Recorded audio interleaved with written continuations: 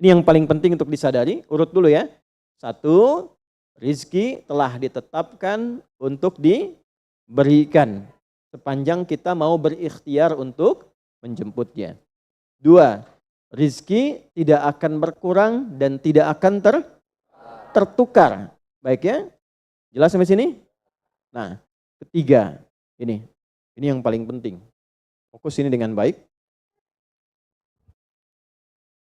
Rizki akan ditentukan keberkahannya berdasarkan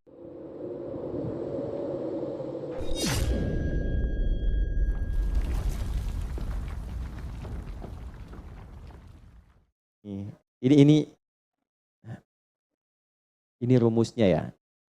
Ini jarang diketahui nih, tapi insya Allah kalau paham ini, insya Allah senang menikmati. Tapi jaga ya, ini rahasia di antara kita aja nih. Gini, dalam fikih rizki itu ada 3 hal yang pokok. 1, rizki itu akan diberikan. Rumusnya ya, akan diberikan saat ikhtiar kita keluar. Apapun jenisnya. Sudah jelas itu? Ya. Itu ada di Quran surah ke-51. Sudah? Di ayat 22. Wa fis samaa'i rizqukum wa ma tu'adun. Dan di langit telah ditetapkan kadar rizkimu. Dan dijanjikan oleh Allah pasti diberikan. Nah, kapan itu diberikan? Ketika ikhtiar kita keluar. Jadi yang laki-laki, yang ikhwan ini, contoh ini, kita sudah siap saja untuk keluar, baru bawa map melangkah untuk menjemput rezeki Allah, ya, itu sudah ditetapkan keluar. Cuma sampainya kapan kita terima, nanti ada aturan lagi yang mengikat. Ya, sesuai dengan kadar niat nanti. Niatnya apa nih? Apakah mencari rezeki untuk kebutuhan dunia saja? Apakah mencari rezeki untuk mendapatkan ridha Allah? Ya kan? Niatnya bisa berbeda. Nah, berdasarkan niat itu nanti Allah arahkan untuk mendapatkan yang terbaik. Tapi berlaku hukum kedua, ikhtiar Anda itu telah mengeluarkan rezeki dan tidak akan menguranginya. Ya, paham dulu sampai sini dulu ya, pelan-pelan dulu. Nah, handphonenya turun dulu supaya fokusnya nyimaknya maksimal ya, supaya maksimal nyimaknya. Tenang, ini direkamnya bisa diulang nanti kalau supaya maksimal ngelihatnya. Jadi ini yang pertama dulu, rezeki sudah ditetapkan, pasti diberikan. Cara Allah memberikan, kita bergerak, itu rezeki ditetapkan turun. Jelas? Nah, diterimanya oleh kita, nanti kembali berdasarkan ikhtiar kita dan niat kita untuk mendapatinya. Innamal a'malu ya, itu dalil hadisnya. Jelas ya? Sampai sini dulu. Yang kedua, rezeki tidak akan tertukar dan berkurang. Karena kadarnya sudah pas. Ya, tepat, pas. Tidak ada yang berkurang. Dan tidak akan tertukar. Kalau Anda yang berikhtiar, tidak mungkin datangnya ke teman Anda. Mustahil. Kalau kita yang berikhtiar, tidak mungkin kepada saingan kita. Itu mustahil. Ya, kan ada persaingan dalam bisnis kadang-kadang kan. Kalau Anda yang ikhtiar, tidak mungkin ikhtiar Anda hasilnya diberikan kepada lawan bisnis Anda. Itu mustahil. Pasti jatuhnya ke Anda juga. Tidak akan ke yang lain. Kecuali dalam satu bab rumah tangga. Ya, usaha ayah kadang diberikan rezekinya mengalir kepada anak, atau usaha anak akan mengalir kemudian dampaknya kepada orang tuanya. Itu sudah rumus. Ya, awas hati-hati. Jadi kalau Anda ingin mudah berkehidupan ke depan, didik anak dekat dengan Allah. Ketika anak itu jadi baik, keberkahan pada anak itu akan menular kepada kedua orang tuanya. Ya, Bapak Ibu pengen haji, nabung banyak, belum berangkat, sudah antrian panjang. Kan?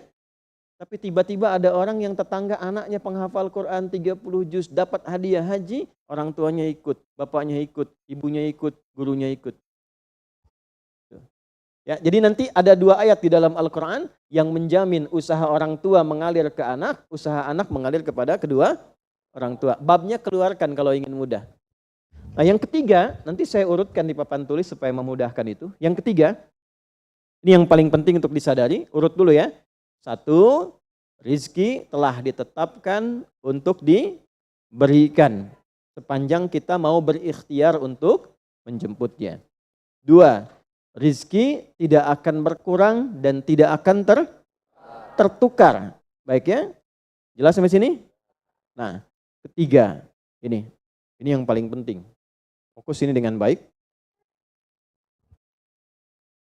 Rizki akan ditentukan keberkahannya berdasarkan nilai keimanan seorang hamba. Catat ya, rizki akan ditentukan kadar keberkahannya. Saya bicara berkah dulu tuh. Berdasarkan kadar keimanan seorang hamba. Yang ketiga ini kaidah khusus yang membedakan antara beriman dengan belum beriman. Sebab kita bisa bertanya kepada Allah, ya Allah, saya sudah beriman. Ada hambamu belum beriman. Apa yang membedakan iman saya dengan hambamu yang belum beriman terkait dengan persoalan rizki? Maka turun nanti ada ayat tentang rizki yang dikaitkan dengan iman. Sekarang kita praktekkan pelan-pelan. Ada rizki. Ada yang namanya rizki? Ada ya. Nah ini ya. Ini bab tentang Anda nih. 1, pasti diberikan sesuai kadar ikhtiar. Loh. Ya? 2, sifatnya tidak tertukar. Ya, putri boleh tertukar, ada menteri yang tertukar, tapi tidak ada rezeki yang tertukar ya. Tidak tertukar sesuai dengan niat. Rizki nggak butuh alamat ya Pak, begitu dapat langsung diberikan. Karena malaikat tuh kalau sudah turunkan nggak mungkin salah alamat tuh, udah tercatat semua itu. Ya. 3, kadar iman menentukan keberkahan satu rizki. Keberkahan rizki. Ini 3 ini. Ya. Ya, pelan-pelan.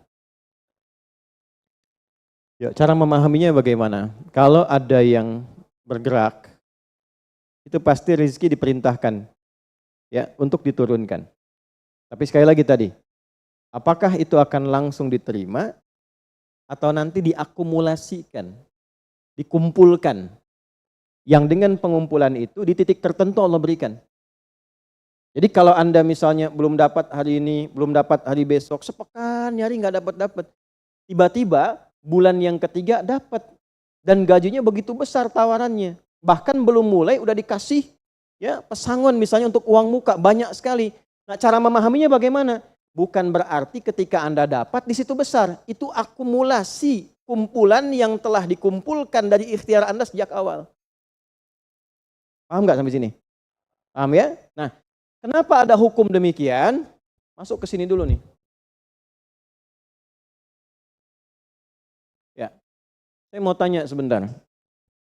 Bapak Ibu, yang para ayah dulu ya, laki-laki lah terutama. Kalau mencari rizki dalam konteks bekerja ya, untuk materi. Karena rizki itu nanti ada ketenangan, anak-anak, keturunan itu rizki juga. Dalam konteks mencari materi, untuk makan, untuk minum dan sebagainya, saya tanya, untuk memenuhi kebutuhan hidup atau untuk mencari ridho Allah? Udah jujur aja, nggak usah. Bahas sini dulu. Udah, wajahnya nampak kok ini. Saya tanya, untuk kebutuhan hidup atau mencari ridha Allah? Nah, ini nomor 1. Nggak mau kalah dua-duanya. Ridha Allah. Ini sekedar dunia. Pelan-pelan ya. Ketika Anda mencari rizki hanya untuk dunia, maka yang berlaku hukum dunia. Ya. Semakin Anda bekerja keras, semakin Anda dapat. Semakin Anda kreatif, semakin mudah dapat. Ya, semakin pintar, semakin mudah dapatnya. Di sini tidak berlaku masalah iman. Karena semua sama, Allah tetapkan hukum dunia. Siapa yang bekerja keras, siapa yang mau kreatif, siapa yang punya inovasi, siapa yang makin pintar, mudah dia mendapatkan dunia. Ada ilmu menambah, dunia dapat. Man arada dunya, kata Imam Syafi'i, fa'alaihi bil ilmi. Siapa yang ingin menguasai dunia, dengan ilmu bisa dapat. Ini. Ada ilmu kreativitas, ada serius, sungguh-sungguh. Kerja yang serius, sungguh-sungguh. Itu kan? Di Tiongkok itu, kalau datang ke satu tempat, ketukin tiap pintu, nawarin barang. Ya, barang ditawarin, 1, 2, 3, 4, saking seriusnya. Orang mengerjakan apa, dia cari yang lain. Pernah dulu ada orang, bukan muslim, ke Saudi, mampir ke Jeddah, hanya untuk lihat jemaah haji itu beli apa. Setelah itu dia pulang ke Tiongkok, ke Cina, ya. Musim berikutnya itu made in China. Semua buatan Cina tuh, yang tasbih Cina, yang sajadah Cina, dan harganya jauh di atas harga-harga standar. Gitu tuh. Jadi kalau misalnya orang serius, sungguh-sungguh kreatif, inovasinya ada, bisa buat sesuatu yang orang lain nggak buat, dia bisa sukses. Hukum dunia. Gitu. Tapi semua apa yang didapatkan pun untuk memenuhi kebutuhan dunia saja. Nafsu ada di situ, persaingan ada di situ, ya, popularitas ada di situ. Makanya orang-orang yang kerjanya orientasi dunia itu pada umumnya, pada umumnya apa yang didapatkan hanya untuk memenuhi kebutuhan nafsunya saja. Selesai sampai sini. Nafsu itu kan nggak berhenti. Makanya perlombaannya berapa banyak? Ayo siapa yang duluan dapat 10 triliun? Siapa yang duluan dapat 20 triliun? Dunia.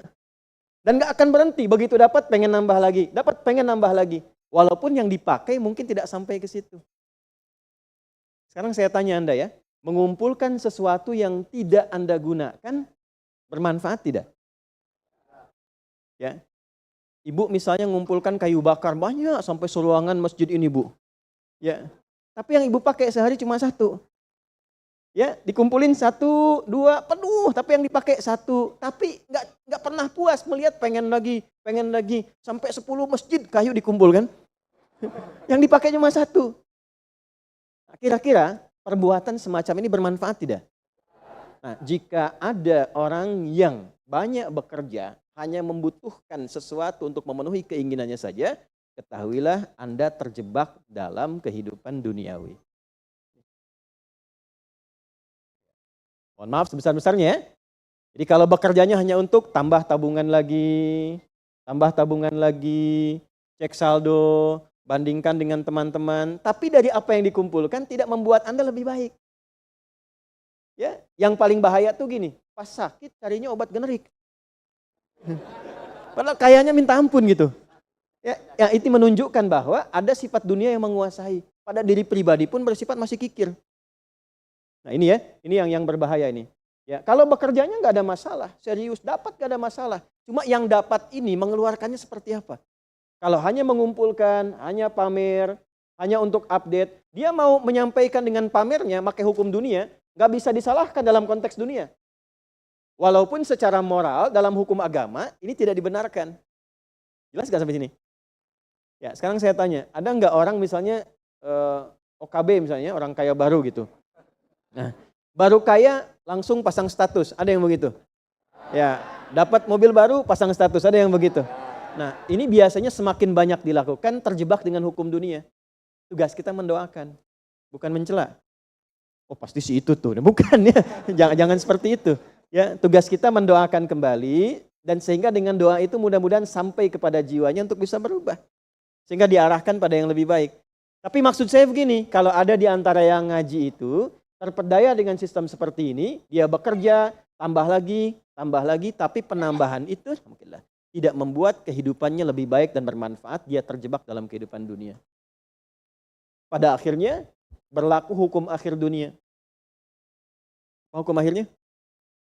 Fana. Dunia itu kan punya 2 arti, satu cepat, yang kedua rusak. Cepat, gak terasa, kayaknya baru kemarin kita ngaji ya, sekarang ketemu lagi. Cepat tuh. Ya ketemu teman, kayaknya baru kemarin main sama-sama.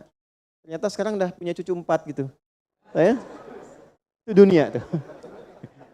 Itu hukum dunia, cepat. Ya, cepat. Yang kedua rusak. Semua dunia itu akan fana, rusak, sifatnya hilang, habis. Kalau bukan kita meninggalkan dunia, dunia yang meninggalkan kita duluan.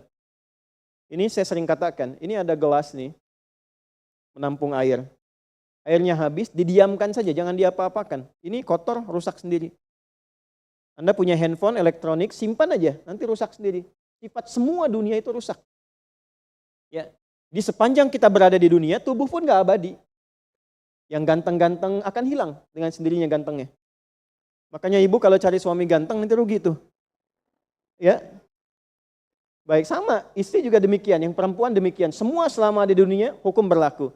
Nah, harta juga begitu. Saat dikumpulkan banyak yang dihitung ini, kalau tidak sadar dengan, nah ini poinnya. Kalau tidak sadar dengan ketentuan hidup yang benar, pasti penyesalannya di akhir. Karena semua yang dikumpulkan itu pada akhirnya akan selesai hilang. Minimal manusia yang meninggalkan apa yang dikumpulkan dari dunia ini. Terkumpul 100 triliun, hartanya kumpul, manusianya kan meninggal juga. Ya kan? Selesai ya?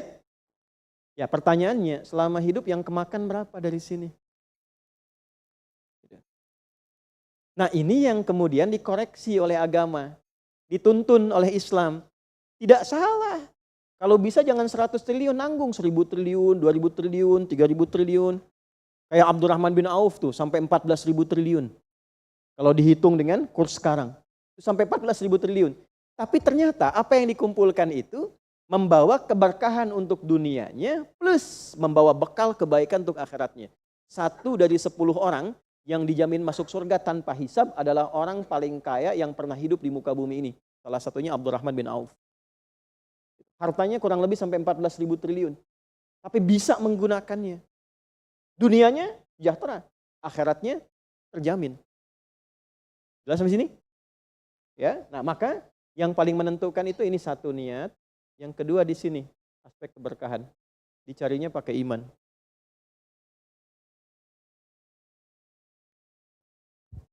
Maka niatkan yang pertama, upayakan setiap pencarian itu gunakan fungsi imannya untuk mencari ridha Allah.